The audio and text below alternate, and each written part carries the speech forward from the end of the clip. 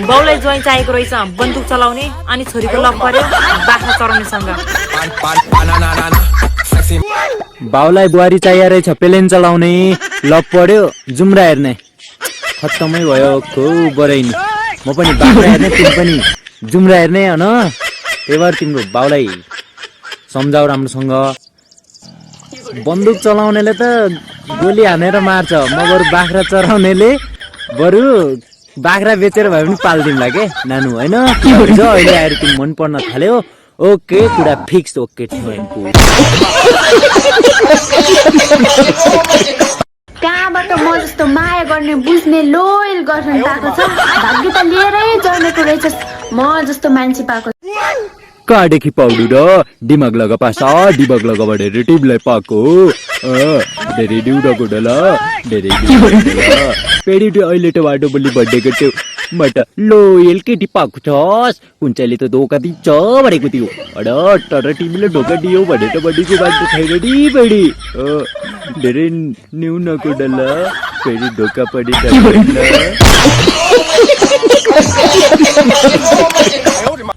कति काली रे, दाङको गर्मी खाना आइज त पनि बन्छस्। ओखो बरैनी, दाङमा त्यति पो गर्मी हुन्छ। त्यसो भए त दाङतिर आउँछु होला। गोरो भएर त यहाँ केटीहरूले लास्ट डे मन पराउन थाले के, त्यसैले बरु त्यहीँ आएर कालो बन्नु पर्छ कि क्या हो। सबैले हेड गरेपछि राम्रो होला। तिमीले मिस गरे भइगयो होइन। तिमी पनि काली भारै छौ, म पनि काली हुन्छु, दुईजनाको जोडी त मिलिहाल्छ नि। अरू के चाहियो त बेबी।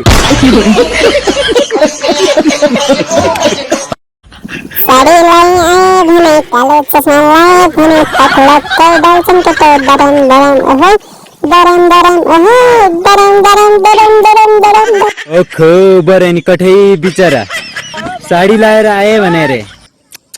साडी कहाँ लाछौ नानी तिमीहरूले? तिमीहरूको त साडी त जेठाजु भयो, न कहिले छुने होइन। साडी छुनु त पराइरह्यो।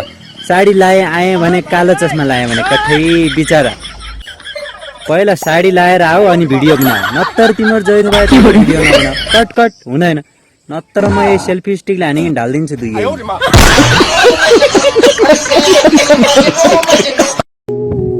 कति कालो उल्टा तया जस्तो रे। तिमी पनि नेपालगञ्जको गर्मी खाना आइजाऊ, बन्छौ काली।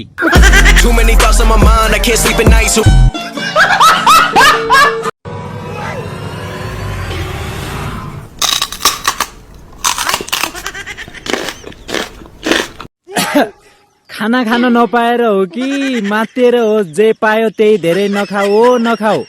फेरि पचाउन नसकेर 10 दिनसम्म गुवाउन बन्द होला। 10 दिनसम्म गुवाउन बन्द होला।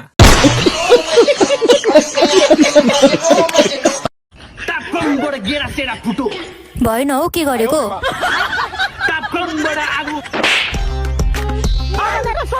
ओखो बरैनी, तापक्रम बढ्यो, फुट्नसम्म फुट्यो रे।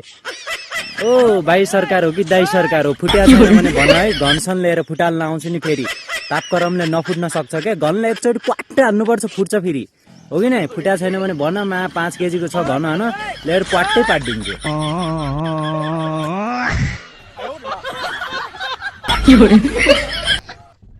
जिन्दगीमा धेरै अगाडि बढ्ने मन थियो, तर फर्किँदाखेरि फेरि राति हुन्छ भनेर मात्रै हो म नबढेको। ओखो बरैनी, जिन्दगीमा अगाडि बढ्न मन थियो तर फर्किँदाखेरि रात भइहाल्छ रे। राति नहुनको लागि लाइट लगेर जानु पर्ने नि त नानी, त्यति पनि बुद्धि छैन। राति भइहाल्छ भने लाइट लग्नु पर्यो होइन, एउटा साथी लग्नु पर्यो। डर लाग्छ भने यसो मलाई भन्नु, नत्र म लाइट साइड लिएर आउँछु 2-4 इन्चीको है। Oh my God!